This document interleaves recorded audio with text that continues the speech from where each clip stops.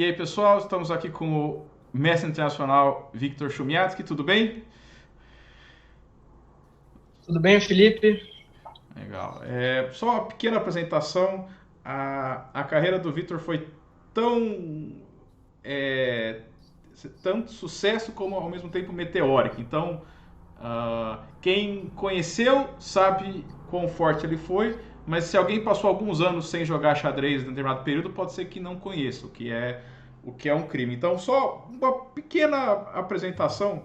É, ele foi mestre internacional, tem 24 anos, já foi campeão pan-americano, campeão sul-americano, ganhou o Campeonato Absoluto de Brasília 4 vezes, entre outros grandes resultados. Isso tudo num curtíssimo espaço de tempo. O que nos leva a perguntar, vamos tentar entender hoje como é que chegou tão rápido onde chegou e por que parou. Bom, mas vamos lá, começar pelo comecinho. Com quantos anos você... Ah, tá, acho que vale ressaltar que nasceu e morou a vida toda em Brasília, né? Como é que você Sim, isso. começou? Como é que foi o seu contato com o jogo? Hum, Bom, salvo engano, eu aprendi as regras ensinado pela minha avó quando eu tinha 5 anos, mas bom, isso também não conta exatamente. Mas, realmente eu comecei para valer com 6 anos, de 6 para 7 anos, né? Uhum. Com meu pai, que também é um forte enxadrista.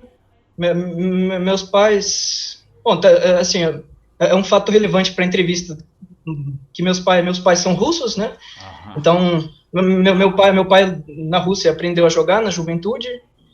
Ele, com 20 anos, ele parou de jogar também, mas ele continuou sendo um forte enxadrista e sei lá, quando eu era criança e me interessei, então ele começou a me treinar. Ele não joga há muitos anos de novo, ele nem tem rating feed, Uhum. mas ele costumava ter um nível de tipo 2.100, 2.200 mais ou menos.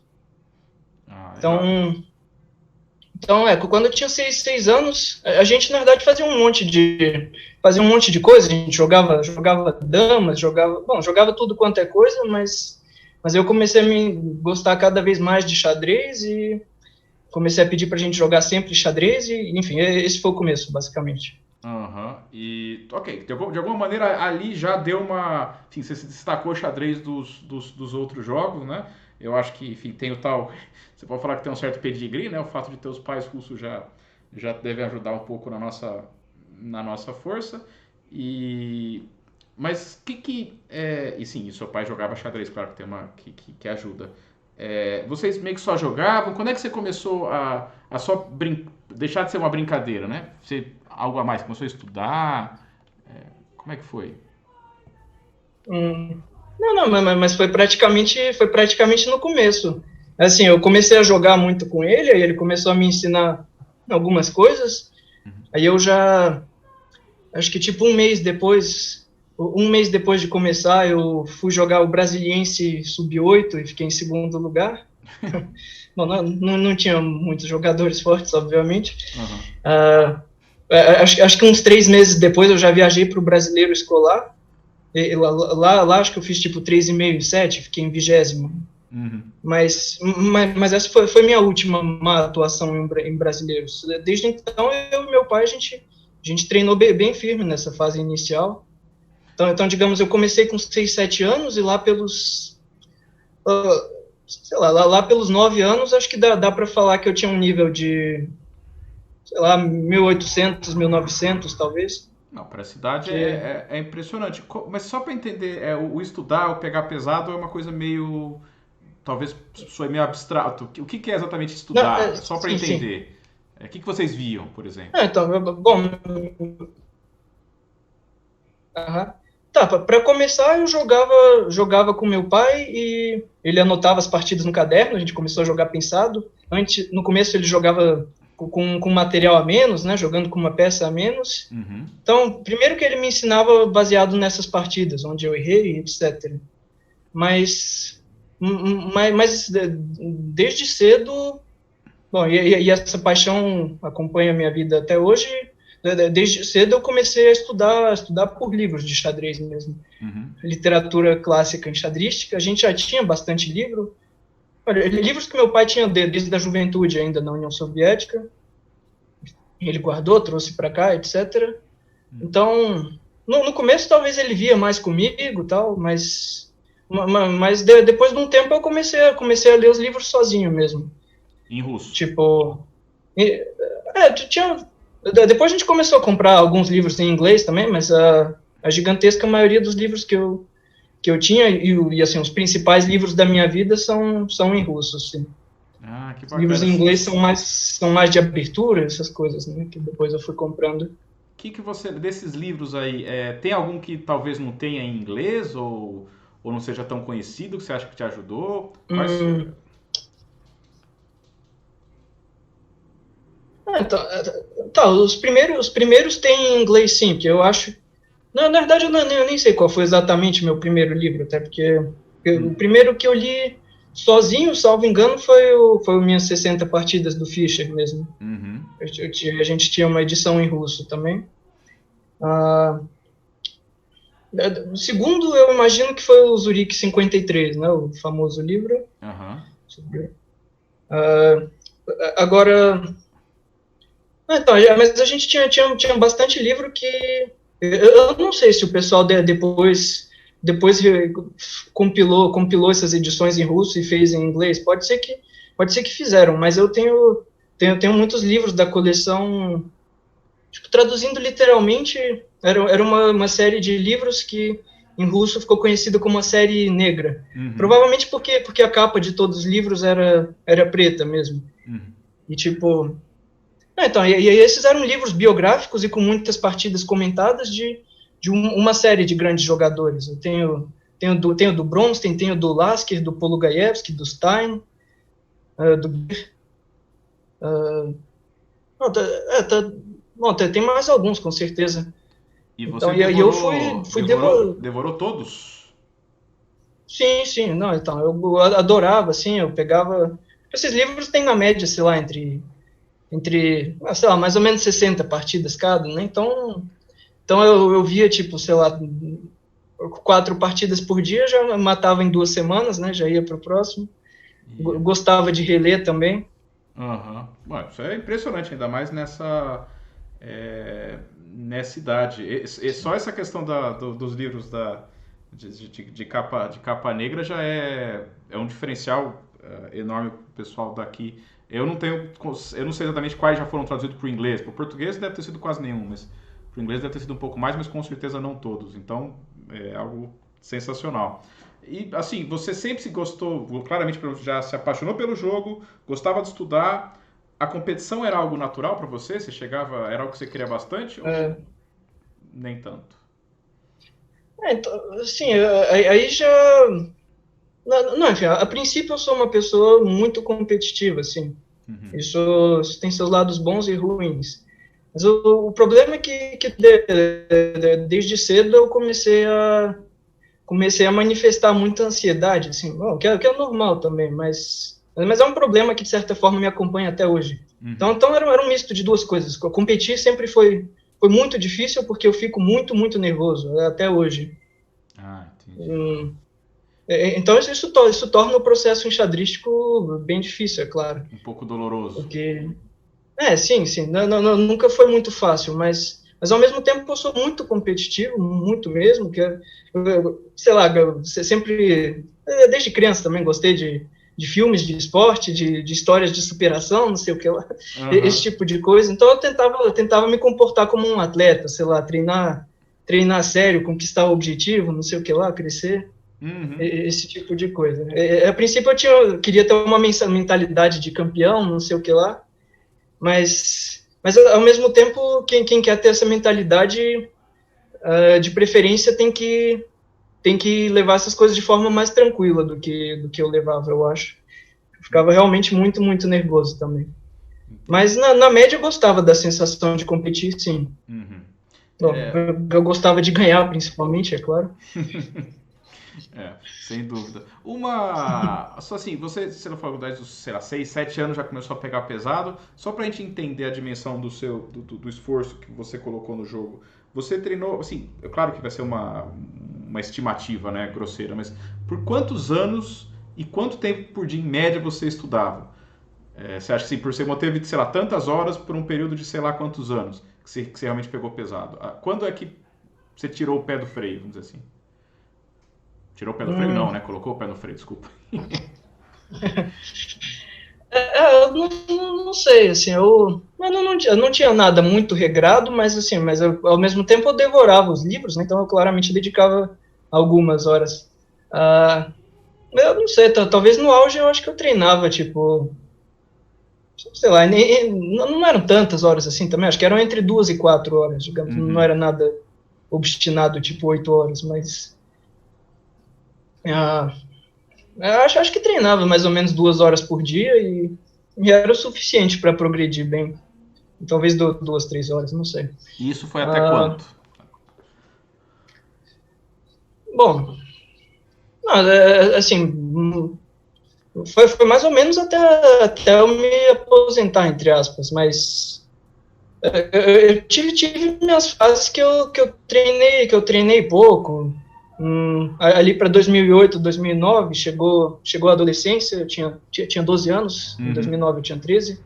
Ah, então ali foi uma fase que faltou disciplina. Eu sempre estava vendo xadrez, mas eu estava, por exemplo, exagerando no ICC, né? Tava jogando Uhum. muito Blitz na época.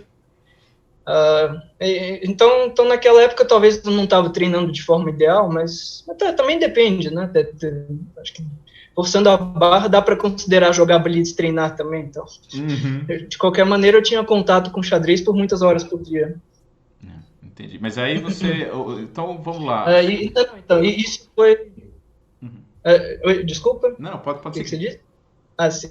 Não, então, bom, isso seguiu realmente até 2011, que foi quando, em abril de 2011, quando eu considero que me aposentei. Tá quase completando 10 anos já. Você Tinha tava com. 14 para 15 anos, mas enfim, até lá eu mantive um ritmo constante de treinos, mais ou menos. E aí. Bom, a gente vai. Eu quero, antes de falar dessa sua transição, é, e talvez o aniversário de uma década como aposentado. Mas ainda um pouquinho sobre o seu jogo, né? Normalmente a criança quando se destaca muito rapidamente, ela gosta de dar golpe, gosta de atacar. Como é que era o seu jogo assim? Ou se talvez já tivesse um jogo, talvez por ter lido tanto desses livros clássicos, né? Você tinha um estilo diferente. Como é que você via você jogando com talvez os melhores da sua categoria? Hum, Bom, sei lá, atacar é sempre um prazer de qualquer maneira, né? Até hoje, acho que todo mundo gosta. Mas desde cedo eu desenvolvi um estilo bem saudável, um estilo posicional, eu acho. Uhum. Mas assim, se você for ver minhas partidas hoje em dia, as que eu ganho, eu geralmente fico, tipo, sei lá, guardadas as devidas proporções, tipo, sei lá, fico entre aspas que nem o Carlsen tentando ganhar um final empatado, né? Tipo, a Uhum. qualquer custo. E contra pessoas de 2.200 isso funciona. Então se você for ver minhas partidas hoje em dia, meu estilo parece estar muito seco, assim, muito excessivamente técnico até. Ah, entendi. Mas nem sempre foi assim, não. Na verdade eu gostava de um certo nível de confusão. Ah, mas eu, sei lá, tudo bem. Eu aprendi muito com muitos jogadores, mas talvez se eu tivesse que escolher um ídolo máximo, provavelmente seria o meu xará, o Korchnoi. Foi um cara que eu estudei bastante também pelos livros dele. Ele é um excelente comentarista. Uhum. E eu gostava dele porque ele tinha um estilo brigador, tanto enxadristicamente falando, quanto na vida também. Uhum. É um xadrez muito combativo. E gostava muito do Polugaevski também, por exemplo. Esses dois que eu citei, eles são jogadores de defesa barra contra-ataque. Eu, Uhum. eu, eu comecei a desenvolver um certo gosto por posições complicadas em que em que eu me defendia bem e depois vinha um contra-ataque fulminante, alguma coisa do tipo. Então, desde cedo eu comecei a gostar muito da Siciliana de Pretas. Uhum. E, bom, até hoje eu gosto de um contra-ataque bem feito, mas eu não me defendo tão bem quanto costumava outrora, não.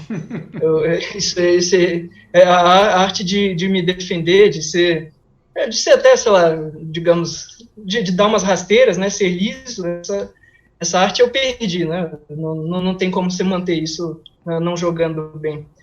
Mas então, assim, eu gostava de ter um estilo, eu tinha um estilo mais ou menos posicional, saudável, assim, jogava, não enfraquecia casas, tal, lutava para enfraquecer casas do adversário, mas quando tinha chance de uma confusão, eu gostava. Curiosamente, gostava de me defender, o que é algo raro. Uhum. E, bom, quando tinha chance de ataque direto ao rei também gostava muito, e gosto até hoje.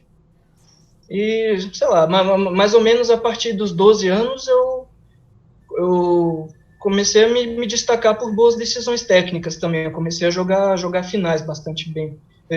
Acho que até hoje esse é um dos lados mais ou menos fortes do meu jogo. Tá, Então, sei lá, tinha um estilo mais ou menos universal, mas enfim, talvez mais posicional, mas eu gostava de confusão, principalmente quando eu me defendia e contra-atacava. não, eu acho que bem interessante o relato. Aliás, me veio a vontade de perguntar isso. Eu não sei, assim, você leu muito conteúdo russo e da época da União Soviética. Não sei que contato você teve com jogadores, chegou a ter contatos com jogadores de outros lugares, mas a sua visão, você acha que no Brasil, por exemplo, se aqui no Brasil se caracterizariam como um jogador técnico, você acha que se você tivesse no coração ali da Rússia, eles também te caracterizariam da mesma forma? Ou seja, assim, como é que você acha que tem o jogador brasileiro tem um certo estilo diferente, que aí você se destaca como sendo técnico, ou não? Você seria visto da mesma maneira? Hum, Bom, eu não sei, a escola soviética, ela não é tão simples assim de se definir. No fundo tinha muitas escolas, dependendo cada cidade tinha sua.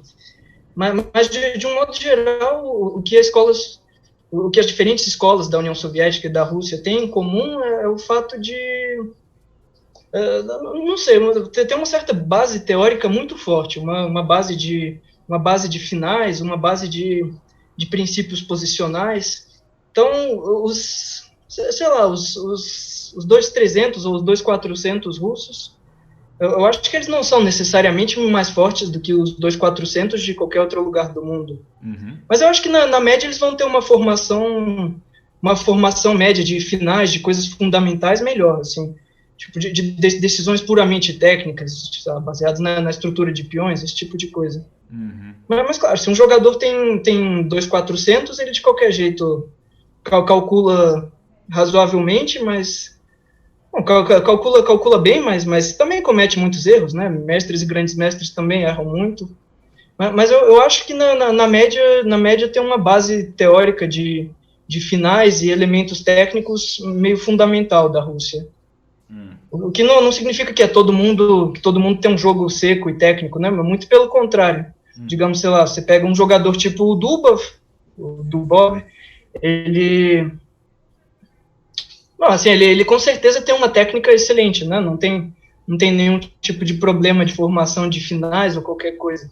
E mesmo assim tem um xadrez extremamente combativo e atacante. Então acho que a única diferença é que na média tem uma base teórica mais forte, eu acho. Os jogadores russos Não, costumam ter. Tenho essa impressão.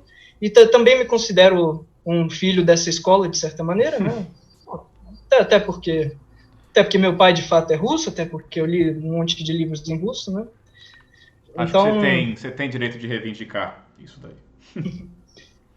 então sim. Mas isso tudo que eu falei é meio curioso, assim, porque nem sempre isso define o resultado de uma partida, né? Então não necessariamente os russos são mais fortes, né? Não é isso, mas talvez em comparação com os jogadores do resto do mundo, eles têm uma base técnica assim maior, sei lá, Uhum. Não, algo do tipo. mas isso sem dúvida alguma é muito interessante.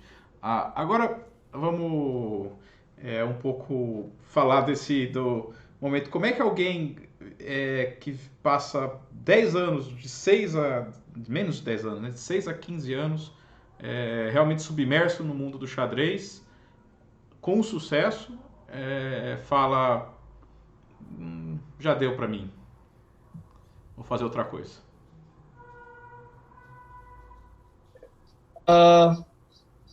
Bom, então, mas meu pai, a gente teve algumas decepções ao longo da carreira, assim, com... Bom, primeiro que meu pai era bem familiarizado com o mundo do xadrez, é claro. Uhum. Então, na União Soviética, você, por exemplo, virar um MI, virar um mestre internacional, até que era realmente uma vida confortável, isso era algo de prestígio. Quando acabou a União Soviética, na Rússia já não era nada, né? Assim, entre aspas. Uhum. Tipo, é que realmente tinha uma posição de prestígio e deixou de ser, né? A gente caiu muito nesse sentido. Então meu pai, tipo, ele parou e se tornou matemático e teve toda a trajetória dele. Uhum. Já alguns amigos do meu pai seguiram com xadrez enfim, e meu pai sempre teve uma visão meio negativa do xadrez nesse sentido. Tipo, se você não vai longe, é melhor parar, digamos assim. Essa é mais ou menos a visão do meu pai. Seria ir longe, só para entender? Bom, de preferência, sei lá, tá realmente entre os melhores do mundo. Uhum. Isso aí muito longe, claro. Mas sei lá, tá no top 100 do mundo, claro que já é algo bem razoável, já... Mas é curioso que o xadrez é um esporte que, para você ser milionário, talvez sendo só realmente muito da elite mesmo, né? Você sendo top 100 do mundo, acho que dá para viver confortavelmente, mas é tipo uma vida normal de classe média, né? Uhum. Tendo ratings menores, você, claro que também consegue viver com certo conforto, mas aí precisa dar muita aula, eu acho, né? Uhum. É difícil viver de jogar. Então meu pai não queria que eu seguisse para depois ser um GM, sei lá, entre aspas, mais ou menos, mas... Uhum. E quando eu digo isso, eu não quero dizer nada pejorativo. Eu, obviamente, respeito muito todos os grandes mestres, é uma escolha razoável, mas, no fim das contas, a pessoa tem que gostar muito de xadrez e não se ver fazendo outra coisa, né, para escolher essa carreira. Uhum. É realmente uma paixão e faz todo sentido que as pessoas continuem com isso. Eu também gosto muito de xadrez, com certeza, mas... Então, assim, desde cedo eu tive essa influência por parte do meu pai. Não quer dizer que eu parei diretamente por causa dele. Uhum. Na verdade, em 2009, quando eu tinha 13 anos, ali foi uma fase que eu não estava treinando tão bem, não estava me dedicando muito, mas estava, até como já comentei, estava jogando muito Blitz na internet. Uhum. Mas ao mesmo tempo era também uma fase que meu rating estava subindo muito, né? Eu estava rapidinho pulando tipo de 60 em 60 pontos a cada lista. Uhum. Com 2.200, depois 2.300 já. Então eu estava progredindo bem, mas meu pai achou que não era bom o suficiente na época. Ele não estava gostando do fato de eu não treinar, e aí ele parou de vez de incentivar. Sim, de novo, ele não me obrigou a abandonar, claro que não. Uhum. Mas, então, teve isso foi um fator.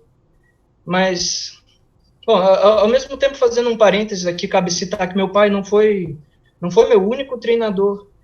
Eu acho que ali, mais ou menos com 11 anos, eu comecei isso foi em 2007, talvez em 2006, não sei.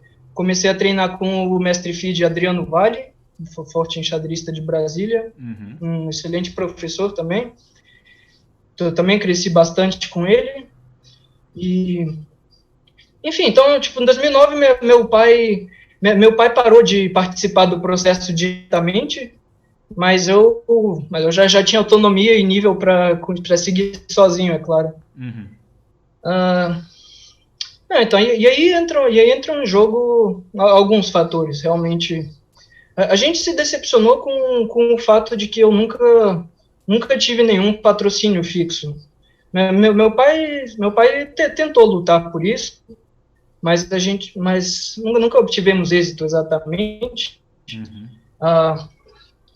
Tipo, eu estudava no colégio militar aqui de Brasília, então o colégio, o colégio, bom, na verdade, por meio do colégio, a Pulpex chegou a me patrocinar em alguns torneios, né?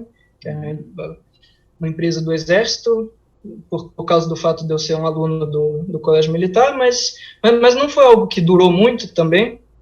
Então, tipo, eu tive algumas grandes decepções do tipo não ter nem sequer conseguido jogar um mundial sequer de categorias. Eles todos eram na Ásia na época. Talvez a gente pudesse pagar, eu não sei, mas fato é que meu pai nunca achou adequado a gente pagar muito dinheiro para viajar para a Ásia, e então eu realmente nunca joguei um mundial. E eu era um dos primeiros ratings do meu ano de nascimento, ao princípio, então, quem sabe, eu poderia ter ido bem no Mundial, talvez, ou talvez não. Então, tipo, só não, a gente sentiu que não tava um jovem xadrista. A princípio eu era uma promessa, assim, que, a princípio, se você é uma promessa aqui no Brasil, bom, isso é um problema mundial no xadrez, provavelmente, são poucos os lugares que realmente incentivam, mas enfim, aqui no Brasil não tinha muito incentivo financeiro bom, no geral, o incentivo não era o suficiente para uma jovem promessa. Então, quando eu alcancei um rating de 2.400 com 14 anos, né? 2.400 é realmente um nível que a pessoa, acho que meio que tem que se profissionalizar, praticamente. Porque todo mundo sabe. Né? É o quê? Desculpa. Se quiser evoluir mais, ela tem que se profissionalizar, é isso? Sim, mas também para manter o nível, eu diria. Sei lá, assim, é meio duro competir dando 50% de si mesmo, né? Sei lá, você vai estar sempre um passo atrás, vai estar pior preparado na abertura, etc. Dá para jogar, assim, eu jogo assim de vez em quando, né? Uma vez a cada 1 ano ou 2 anos. O Armin também joga assim, né? O mestre Pide de São Paulo. Quando ele joga, ele mantém o rating, joga bem, né? Joga super firme. Mas no geral é algo complicado. Então a questão é que eu atingi um nível que eu falei agora é a linha divisória. Eu preciso tomar uma decisão. Ou eu sigo em frente e bem, aqui eu posso soar mais ou menos arrogante, mas assim, não é minha intenção. A princípio eu acreditava muito no meu potencial e eu tenho a forte impressão de que dos 2.400 até talvez os 2.550, eu acho que eu ia subir rápido na época que eu parei. Eu não tinha medo de ninguém, eu calculava bem rápido. Meu entendimento posicional, eu achava que era bom na época, assim, eu jogava finais realmente bem, mas meu entendimento posicional talvez melhorou desde aquela época, mas meu cálculo é muito pior hoje em dia. Então, eu realmente acho que até 2.550 eu ia subir bem rápido, eu tenho essa fé, pelo menos. Mas depois é uma grande incógnita, né? A maior parte dos jovens talentos no xadrez, na verdade sobe rápido até 2.550 ou 2.600, mais ou menos, até. Só que depois uma boa parte deles encontram uma barreira, né? E alguns transpõem, outros não. Isso era uma dúvida para você? Não, então a princípio eu tinha fé que eu ia chegar que eu ia chegar a 2.550 ou sei lá, mesmo 2.600, não sei. E aí era uma grande questão. Será que eu tinha potencial para lutar para ir a 2.700 ou coisa assim? ou não? Eu não sei a resposta para essa pergunta, né? Que eu, obviamente, nunca saberei. Uhum. Ah, então, tipo, era uma decisão arriscada, digamos. Porque, por exemplo, você ser um grande mestre de 2.600 ou 2.550, como você, de fato, é, por exemplo, né? Sei lá, o Krikor e boa parte dos nossos grandes mestres são. Uhum. É uma vida digna, vocês com certeza são jogadores talentosos, né? Mas ao mesmo tempo, tipo, não é uma posição de destaque mundial, obviamente, né? Uhum. É curioso que um jogador de 2.550 tem, eu diria que é muito talentoso, mas ao mesmo tempo infelizmente tem mais, sei lá, mais 400 pessoas com o mesmo nível. Uhum. Então, então se você tem uma mentalidade de que você quer porque quer chegar na elite e nada mais, então aí a decisão é realmente arriscada, né? Não tinha como prever se eu chegaria lá ou não. E já sobre ser um grande mestre normal, que é uma vida digna, honrada, que eu respeito muito, eu basicamente não queria muito. Eu não queria que fosse só xadrez, entende? Porque eu acho que, bom, e até me corrija se tiver errado, se eu tiver errado, mas eu acho que no fundo um grande mestre, que é um jogador talentoso, que poderia se dedicar bastante, treinar muito e tentar melhorar, acaba perdendo muitas horas do dia dando aula, né? Que não é uma perda exatamente. Na verdade, a pessoa pode gostar de dar aula, obviamente. Uhum. Aliás, eu tenho 2 alunos. Eu não tenho tempo para mais do que isso, mas eu tenho e gosto de dar aula atualmente. Mas não é essa a questão. Só quero dizer que é difícil você se dedicar a você mesmo, ao seu jogo, quando você é um grande mestre de 2.600, o que eu acho que é muito injusto. Uhum. Então, eu meio que não queria ter a vida de um profissional de 2.600, já a vida de um profissional de 2.750 eu queria, mas era uma decisão muito arriscada, né? Isso aí eu não tinha como prever. Entendi. Então, Eu acho que, bom, primeiro, eu vejo tá, sendo bastante educado. Não tem problema, pode meter o pau na gente. Mas de qualquer forma, acho que não, sim, você está passando a sua ideia da maneira mais educada possível. Então, isso é bacana. Mas se eu pudesse resumir o que você está falando, você seria uma influência de muitos livros soviéticos e filmes de sucesso americano. Foi um pouco, é um pouco disso, porque ali realmente naqueles filmes o cara é matar ou morrer, né? É aquela glória. E esse último salto é meio que no escuro, né? Porque como é que você vai saber, né? sim. Aham, exatamente. Então, sei lá, por exemplo, um garoto tipo o Pragnandar, né? Ele Uhum. tem 2.600, mas a gente não sabe se ele vai chegar na elite ou não, né? E Não, tem e também bastante não estou apoio, me né? comparando com ele, né? Não, não, sim, É mas claro que o desenvolvimento dele foi tem muito bastante rápido. apoio, né, do país, né? É Sim. diferente. Ah, então é realmente no escuro essa última fase ali entre 2.600 e 2.700. Uhum. Então eu realmente queria jogar xadrez para ser um dos melhores do mundo ou não. E ao parar, não é nem que eu falei que eu não tenho chances de ser um dos melhores do mundo. É só que eu achava meio arriscado e a falta de apoio e, tipo, a falta de... Bom, porque, por exemplo, sei lá, se todo grande mestre de 2.600 ganhasse, digamos, 30 mil por mês, né, ninguém pararia, né? Todo mundo tentaria chegar lá. Sim, não, sem dúvida. Mas aqui cabe fazer um outro parênteses, é que parar com xadrez eu parei na época, né? Mas no momento no momento eu tô fazendo mestrado, tô seguindo uma carreira acadêmica, coisa que também, de certa forma, é levemente arriscada, porque também não tenho nenhum grande salário, muito pelo contrário, né? E talvez só depois que eu acabar o mestrado e o doutorado e me tornar um professor, ou se eu desistir no meio do caminho e começar a ter uma profissão, aí sim, né? Mas então, no momento ainda é uma questão em aberto, se eu vou chegar onde eu queria ou não, né? Ah, Então não pois é. sei, poderia ter seguido no xadrez, dá para imaginar que eu segui em uma realidade paralela, né? Não sei até onde cheguei, mas É, nessa realidade aqui eu parei. bom, que você tem 24 anos, acho que tem bastante tempo para tomar muitas decisões ainda, e outra que nessa realidade paralela seria se tivesse, é só você colocar um pouquinho de apoio que talvez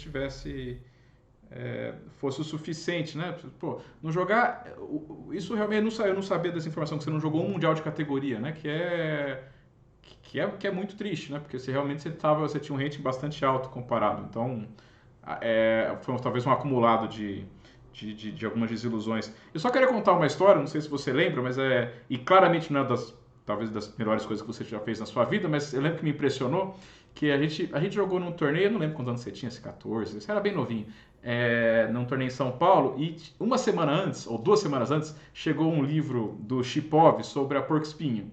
E eu falei, nossa, tinha acabado de lançar em inglês. Eu li até a metade daquele livro porque não deu tempo de terminar. E aí eu fui jogar com você, eu tava de brancas, e eu falei, pô, agora eu sei todos os golpes desse negócio, eu vou comer esse molequinho, não vai ter jeito. Aí eu joguei uma linha que eu achava que era uma linha venenosa. E eu tava gastando tempo porque eu queria lembrar, a memória não era das melhores, mas eu tava tentando lembrar os lances. E você jogando rápido, e jogando os lances que o livro falava que era pra jogar. E eu comecei a ficar desesperado. A cada lance que passava, eu falei, não é possível. Até que uma hora eu falei, não, deixa eu ficar quietinho aqui e vamos não perder, que é o melhor que eu tenho pra ganhar. Aí acabou a partida, empatou, a gente começou a conversar e você começou a citar umas partidas. E eu falei, caramba, né? O cara tá citando as partidas do livro, né? E eu falei, não é possível, né? Quem que comprou? O livro acabou de sair, eu comprei o livro e aí depois você me comentou que você esse livro já tinha sido lançado em russo antes, você já tinha lido, por isso que você já sabia tudo ao toque. E eu filei com aquela cara de ô idiota. Mas assim, acho que mostra um pouco assim, que você estava ligado, estava estudando isso mostra um pouquinho, eu sei que é pouco, mas mostra um pouquinho do seu trabalho, do seu talento nesse ponto. Me impressionou bastante, mas eu fiquei muito bravo aquele dia. Porque eu acho que você era o único cara no Brasil que já tinha lido até aquele ponto, assim, já tinha terminado aquele livro que eu comprei. Nunca terminei aquele livro depois disso. Deixei de lado. Foi. Falou porco-espinho nunca mais? Nunca mais. Mas porco-espinho era uma abertura que eu gostava muito, né? E tá no meu espírito ali de contra-ataques. Uhum. Coisa, né? Sim. Bom, não, assim, por coincidência eu tinha um livro e naquele momento eu era mais ou menos um especialista, né? Até hoje eu tento jogar porco-espinho de vez em quando, mas isso é com a minha velha bagagem daquela época. Hoje em dia eu já não sei nem metade do que eu sabia, né? Mas ainda assim... sei as ideias, mas esqueci as variantes. Mas enfim, sim, eu tava bem ligado, treinava bem. Na época eu tinha uma boa preparação de aberturas. Hoje em dia, infelizmente, não tenho. Quando vou jogar é uma dificuldade, mas na época tinha, sim.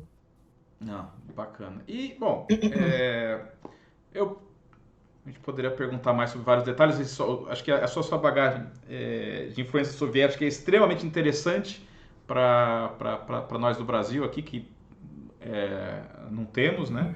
Então, esse negócio da lista negra que fala? Capas dos livros? Série negra, talvez. É algo assim que estou traduzindo. Seria algo fantástico se alguém algum dia resolver traduzir para o português. Mas agora vamos para uma pergunta que eu estou curioso para saber, que eu queria que você me falasse qual que foi o lance da sua carreira enxadrística. Eu quero dizer que eu espero que você volte para os tabuleiros e faça outros lances, mas enfim, por enquanto é o que a gente tem, né? Qual que foi o lance da sua vida? Por qualquer razão que você queira, sei lá, primeiro mate pastor o que você quiser, mas que você realmente lembra com orgulho. Você fala, caramba, aquele momento eu joguei xadrez. Bom, então, a minha... Na verdade, assim, eu vou citar uma outra partida, mas essa não vai ser a minha escolha, mas aqui cabe dizer que a minha melhor partida, com certeza é que eu joguei contra o Rafael Leitão na final do Brasileiro de 2010. Eu só joguei com o Leitão uma vez, e por sorte eu ganhei na época, né? Eu estava com 2.382, o Leitão tinha 2.650, então eu fiquei muito feliz. O torneio em si acabou sendo meio medíocre da minha parte, né? A norma de MI era 5 em 11, eu fiz 4,5 em 11, tendo perdido na penúltima rodada uma partida dolorosa para o forte mestre FIDE da Bahia, Paulo Jatobá. Então o torneio foi mais ou menos, mas ali eu ganhei de um grande mestre pela primeira vez, e foi um grande mestre muito forte, obviamente. Sim. A minha melhor partida é com certeza contra o Leitão, porque é uma partida que eu joguei, sei lá, abertura meio no improviso ali, joguei tipo hatch, não consegui grandes coisas, mas ali, pouco depois da saída da abertura, ele cometeu uma imprecisão, depois cometeu outra, e tipo, uma posição que era rigorosamente igual, depois começou a se tornar perigosa para ele, e assim, foi um raríssimo caso de partida quase perfeita. Eu praticamente não cometi imprecisões. Uhum. Isso pode acontecer, até porque era uma posição com relativamente poucas peças. Ali entrou mais ou menos num território em que eu me sentia confortável, uma posição técnica. Então, naquela partida eu demonstrei... Não fiz nenhum lance espetacular, mas demonstrei boa técnica e ganhei praticamente sem ter errado. Uma partida bem elegante, assim. Então, essa com certeza é a melhor partida que eu já joguei até hoje. Agora, a partida que eu vou citar, o lance que eu vou citar, na verdade, foi na minha segunda vitória contra um grande mestre. Essa com o Leitão foi em 2010. Já tinha alguns empates, mas a primeira vitória foi contra o Leitão. Depois naquele torneio, eu empatei com o Milos, empatei... Não sei se eu fiz tipo 1,5 em 5 contra os GMs, foi algo assim. Uhum. Mas eu só ganhei do Leitão mesmo. Em 2011, no que talvez foi meu penúltimo, ou até meu último torneio antes de me aposentar, foi um torneio fechado valendo norma de mestre internacional aqui em Brasília. A partida que eu vou citar é contra o atual presidente da CBX, o GM Darcy Lima. Então, bom, primeiro que foi uma vitória importante, porque no fim das contas eu fiz a minha primeira norma de MI, né, nesse torneio. Se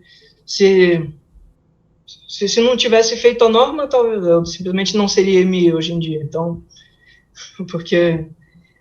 aliás, eu sou MI por sorte, mas nisso eu posso chegar mais tarde. Eu digo, foi uma coincidência que eu fiz 2 normas em 2017, em 2 torneios. Sim, e no meio dei muita sorte. De vez em quando você tá andando, chove, norma. Isso é normal. Isso é normal.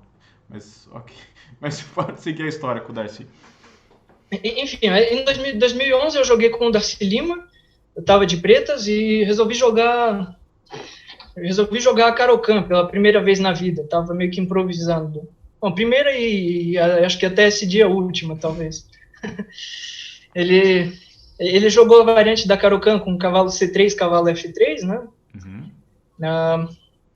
E aí eu escolhi uma variante que eu tinha visto, que tinha achado interessante, com E4, C6, cavalo C3, D5, cavalo F3, cavalo F6, que está muito longe de ser o principal. Uhum. Um lance meio provocativo, mas eu tinha dado olhada em algumas partidas e gostei. E aí eu joguei isso com ele, mas ele começou a jogar rápido e bem, e tipo, eu demonstrei total falta de entendimento da posição, sei lá, logo no lance 5. Então bom, tipo, se você entrar com um cavalo em E4 desses é sempre um perigo, né? Corre o risco de perder o cavalo, etc. Então, depois eu joguei bispo F5 e... Enfim, aí ele jogou D3, eu joguei cavalo C5 e começaram sérios problemas com o bispo de F5. Coisa padrão da Caro-Kann, armadilhas de abertura. Uhum. Então, sei lá pelo lance 8 ou 9 eu tava perdido já. Então, no fundo não é uma boa partida, mas é uma partida que eu gosto. Uhum. No lance 8 ou 9 eu estava perdido, porque ele tomou meu bispo em G6, eu tive que tomar com o peão de F. Nunca é uma tragédia. O peão de G dele já tinha chegado em G5, eu joguei H5, então eu tinha uma fraqueza quase indefensável em G6. Mas Mas pelo menos eu ganhei a casa F5, né? Se eu sobrevivesse, talvez eu poderia ter uma posição razoável. Uhum. Enfim, lá pelo lance 11, eu tive que sacrificar a qualidade, tive que entregar. O cavalo dele chegou em F4, né? Ameaçou o peão de E6 e o G6, os peões de E6 e G6, e basicamente é uma tragédia isso. Então eu tive que tomar simplesmente torre F4 pela coluna de F aberta. Acho que está dando para visualizar ainda. Bom, e vai ter um diagrama quando você for mostrar isso. A gente vai colocar a descrição e vai ter o vídeo falando, né, do lance. Mas... enfim, só que posicionalmente falando, a minha posição tem chance de ser razoável se eu conseguir fechar tudo na ala da dama. Aí, na ala do rei, eu subitamente tenho uma boa estrutura, mais ou menos, se o peão de G6 não cair. Então a minha missão era, mesmo com a qualidade a menos, tentar fechar a ala da dama. Objetivamente, eu estou perdido. Se botar no computador, dá tipo +3 para as brancas. Uhum.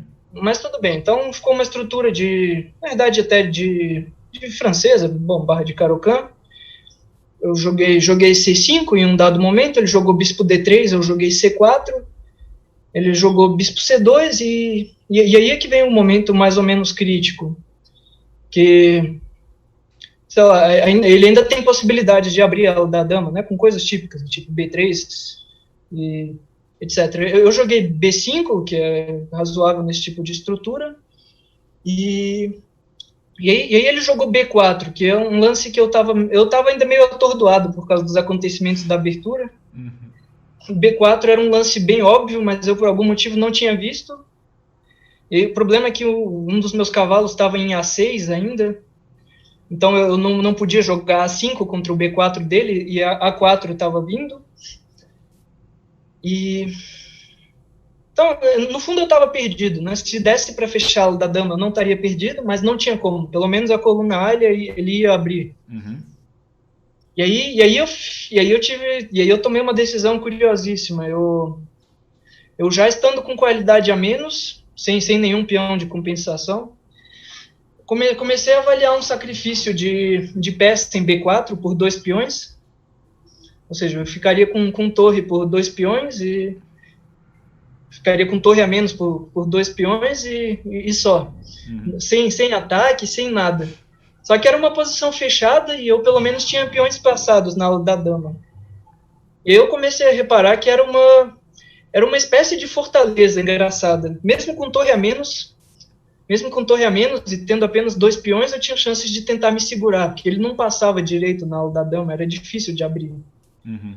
Então, era um tipo de posição que talvez um ser humano que, sei lá, organizadamente pensa num plano, consegue furar essa fortaleza, provavelmente. Parece muito improvável que dê para resistir assim.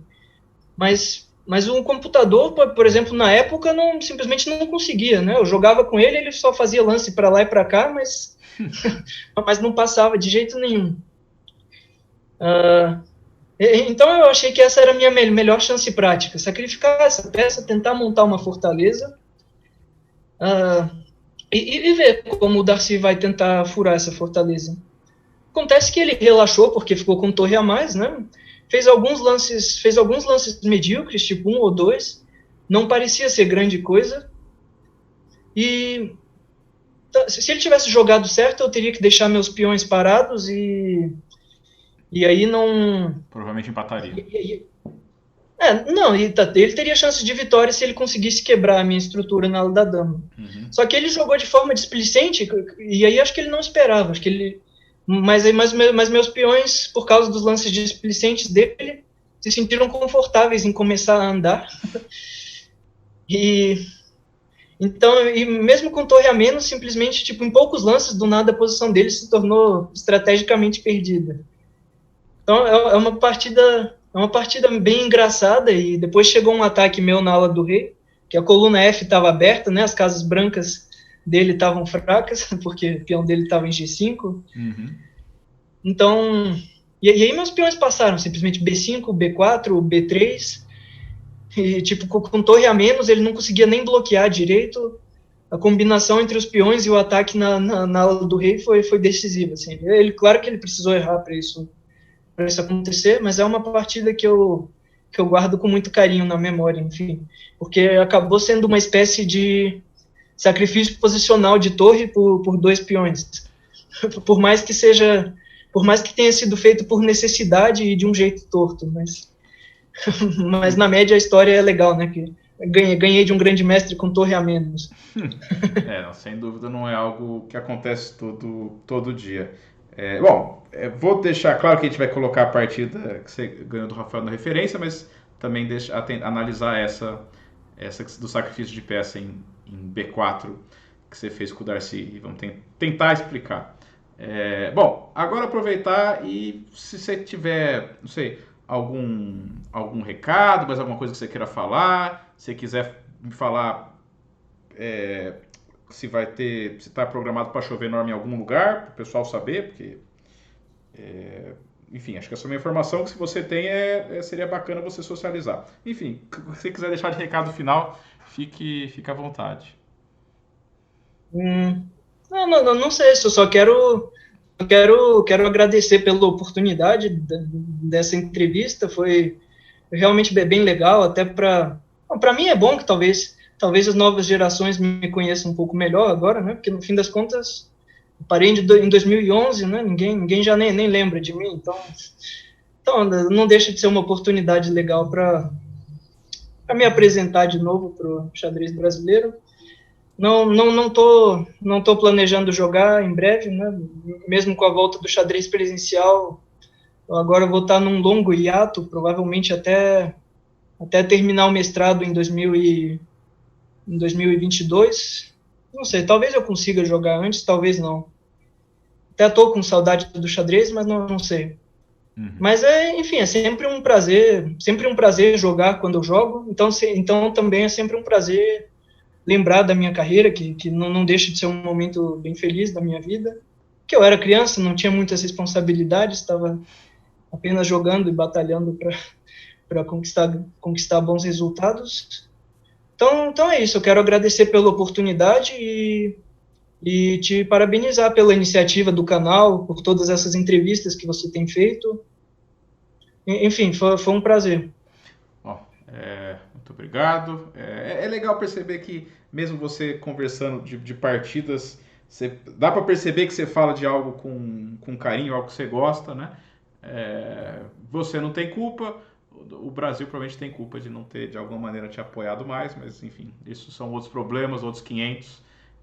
Muito obrigado pela entrevista. Eu tenho certeza que quem conheceu você melhor, e o pessoal que mais novo, acho que é importante saber quem realmente estava ali, né? Que poderia ter extrapolado para níveis bastante altos e que sumiu. Mas assim, a gente ainda vai torcer para você voltar e quem sabe depois, quando você já for doutor, pós-doutorado. Aliás, a piadinha que o meu pai faz é que ele é doutor, né? Ele fala, você pode estudar, virar mestre, grande mestre, mas doutor você nunca vai ser, né? Então você vai poder fazer essas piadinhas com todo o pessoal depois, quando você voltar para os tabuleiros. Bom, valeu, Victor. Quem sabe, eu ainda sonho em me tornar grande mestre um dia, né? Mas vai demorar muitos anos para eu ter a oportunidade de sequer tentar, né? Mas vamos ver. Quem sabe? Felipe, eu posso só fazer um último comentário que eu lembrei agora? Claro, fica à vontade. Então, eu era uma das promessas, digamos assim, e eu parei. Agora, o meu grande rival, na verdade, era o Sup, né? Ele é do meu ano de nascimento. A gente tinha outros bons jogadores na categoria, o mestre Fid Nakajo, que também tem 2.400. Uhum. Tem vários jogadores de 2.200, 2.100. Enfim, eu só queria falar rapidinho sobre o Sup.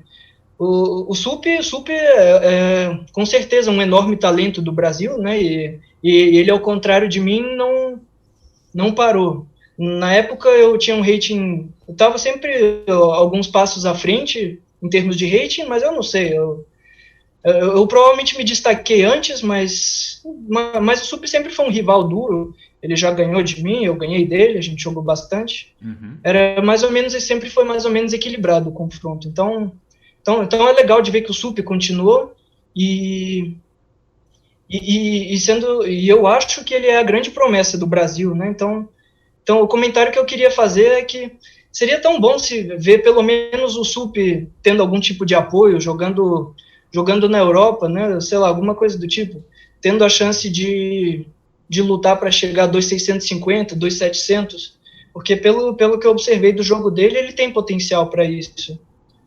Até mesmo lutar pelos 2.700. Então, é mais um comentário sobre a questão do apoio. Eu ficaria muito triste de ver se o Sup não tirar o máximo de potencial que ele tem. Então, vamos esperar ainda que ele chegue bem longe. Já chegou longe, claro, mas chegue mais longe ainda. Isso foi só mais um comentário extra sobre a questão do apoio ao xadrez no Brasil. Mas, enfim, eu parei, ele não. Vamos desejar sorte para os que continuaram, né? Bom, e a gente se vê pelos torneios. Eu continuo jogando de vez em quando. Bom, enfim, muito obrigado aí. Obrigado. Depois dessa eu também não tenho mais nada para falar. Obrigado, pessoal. Tenho certeza que vocês gostaram.